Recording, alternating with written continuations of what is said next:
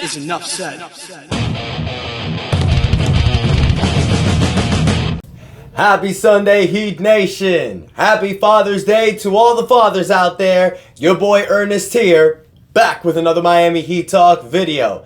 Now, I'm a father as well, so if you guys want to give me a Father's Day present, go ahead and smash that subscribe button, like the video. I got my Cash App in the description. If you want to leave your boy a present, would really appreciate that as well. Now let's get ready to rock and roll on another Miami Heat Talk adventure, because we got some great stuff to talk about today, you guys. First thing I want to talk about before we get to today's subject is a little video that's gone viral out there in Miami Heat Twitter. Yesterday, at a WNBA game, I'm going to be honest with you guys, don't remember the game, but there was a video that surfaced of certain people that were on the front court.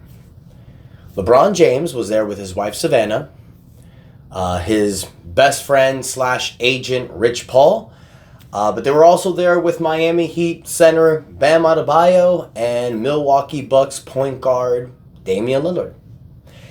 And Twitter exploded. The internet exploded.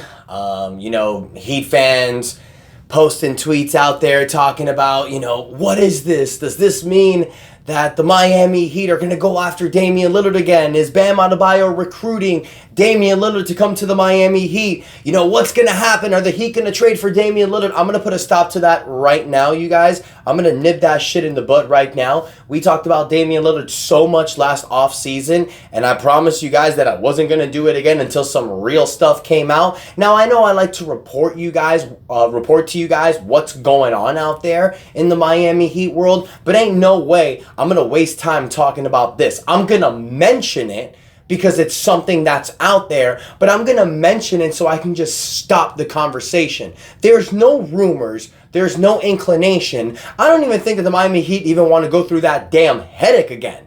Big O said it best, and I agree with Big O. Last year, Damian Lillard was just a little bitch. He was a pussy. He had a big opportunity to come to the Miami Heat. Stars get themselves wherever the hell they want to go. We've seen it happen so many times in the past. Can't nobody tell me that Damian Lillard could have really forced Portland's hand to getting to Miami. He didn't do it.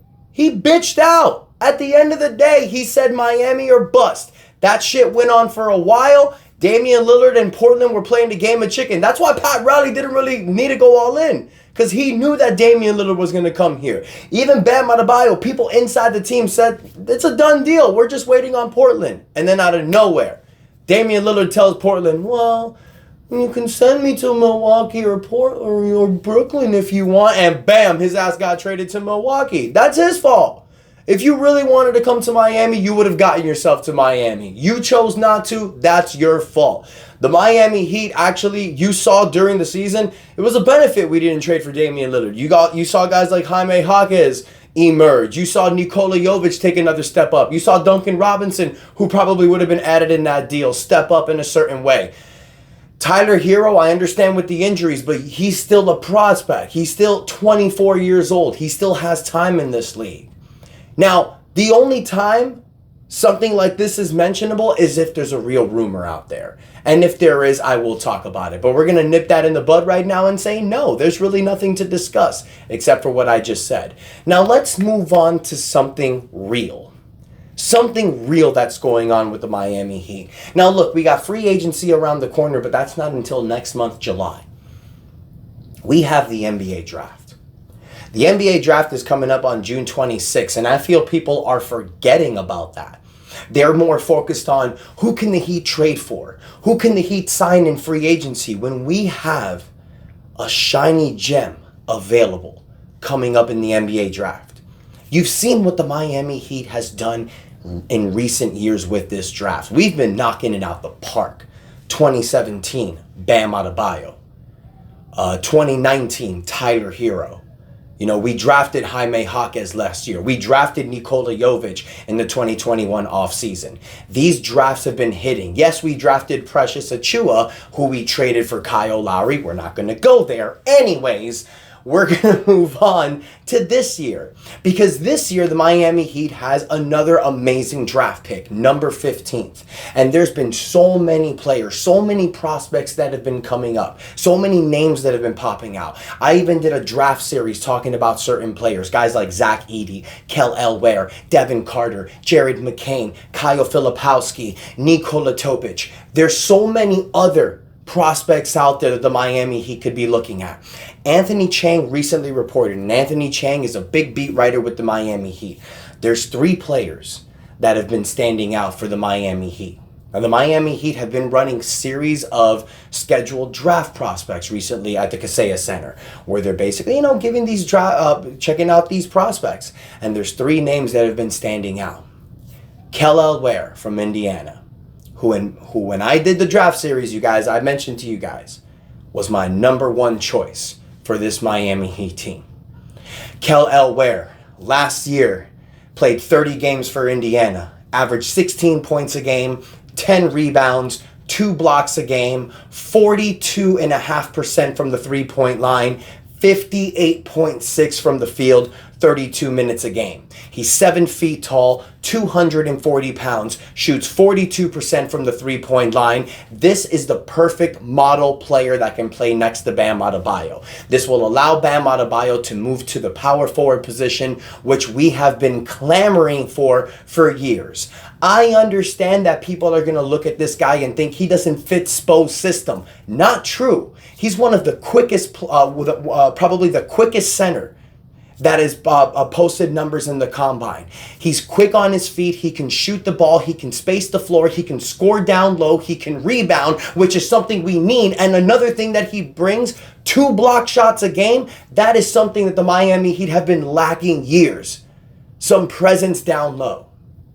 The second player that the Miami Heat have huge standing on, and it's really not a surprise. I don't think he's going to be available at 15, but hey, it's fun to talk about. Devin Carter. Devin Carter, who we've talked about before, the son of Anthony Carter, averaged 20 points a game last year, almost 9 rebounds a game, 2 steals, a block a game, 4 assists a game. 38% from the three-point line, 48% for the field. This is the guy that I want as well. Kel'el Ware, Devin Carter, I am not surprised that these are 2 huge standouts for the Miami Heat. But in my opinion, you guys, I think Devin Carter may be drafted within the lottery. His stock has risen since the combine. But if he's available, you get him. The question is, who do you take? If you have Kel'el Ware and Devin Carter there, who would be the better prospect for the Miami Heat? Because Kel'el Ware fits your needs. But Devin Carter, a prodigy from Miami, went to school down here. His father played for the Heat. His father coached for the Heat. He's practiced in the Miami Heat facility. He knows Heat culture. He embodies Heat culture. He may be the right pick at 15 if he's available. But then there's a third name that's really stand out. A third name, a guy that I've never talked about on this channel. Isaiah Collier from USC. Isaiah Collier has been standing out because this is a guy that is a problem on both ends of the floor. Now, he's a combo guard. He's a point guard, shooting guard.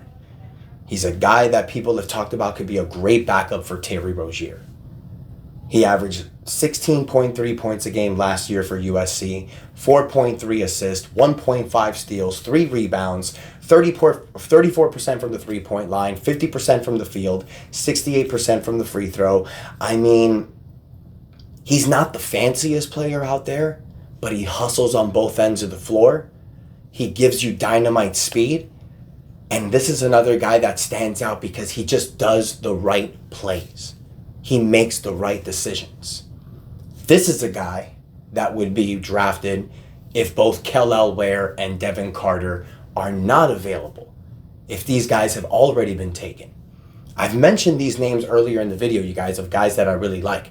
Kel'el Ware, Devin Carter. I also really like Jared McCain. I really like Kyle Filipowski. I know Kyle Filipowski and the Miami Heat have not really clicked. Their names haven't been mentioned. Maybe that's for a reason. I also like Tristan Da Silva. But notice another name that has not come up from Anthony Chang. A name that people have been attaching to the Miami Heat for weeks, if not months. Zach Edey. Now, Zach Edey was invited by the Miami Heat for a scheduled workout. We don't really know how that went. I'm sure we'll find out within the next few days or weeks. But the fact that Zach Edey's name isn't really being attached to the Miami Heat anymore means something. Every time, you guys, and I mean every time I watch the Miami Heat draft, whenever there's a player that's like perfectly linked to the Heat and rumored, like I've thought of before, in every draft, that's not the player we take.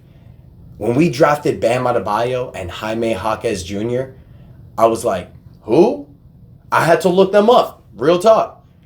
When I looked them up and I saw them play, both Bam and Jaime Jaquez, immediately I said, okay, I see it. Because the Miami Heat look for players that play their system the right way. The Miami Heat culture isn't made for every player.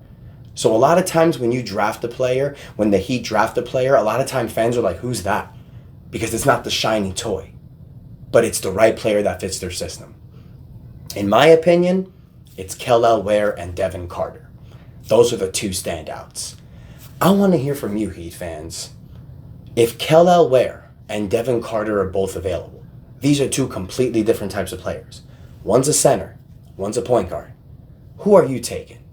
Or is there somebody else you'd rather have with the 15th pick?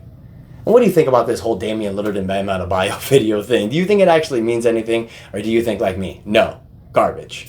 Let me know in the comments what you think, you guys. Don't forget to like the video. Don't forget to subscribe to the channel. We're on the road to 4,000 subscribers. Would really appreciate your support. I want to take a moment to thank my wife.